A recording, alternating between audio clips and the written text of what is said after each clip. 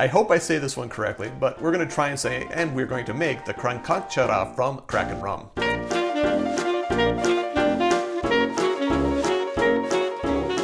We are going to be making this drink in a glass, and we're going to make it in an ice-filled glass. So the first thing I'm going to do is fill my glass with ice.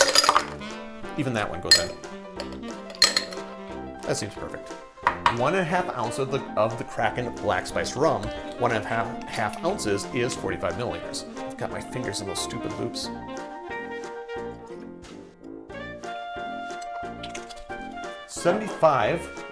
Three-quarters of an ounce of lime juice. 3/4 of an ounce is 22.5 milliliters. I said lime juice, right? Half an ounce, or 15 milliliters, of honey syrup. And I do make my own honey syrup. Recipe is here on the channel. Link will be down below if you want to check that out. And I am going to add a couple more ice cubes just for fun. And I'm going to top this off with club soda. I'm not emotionally attached to this brand. It's Jawipipi's. Use the club soda that you like.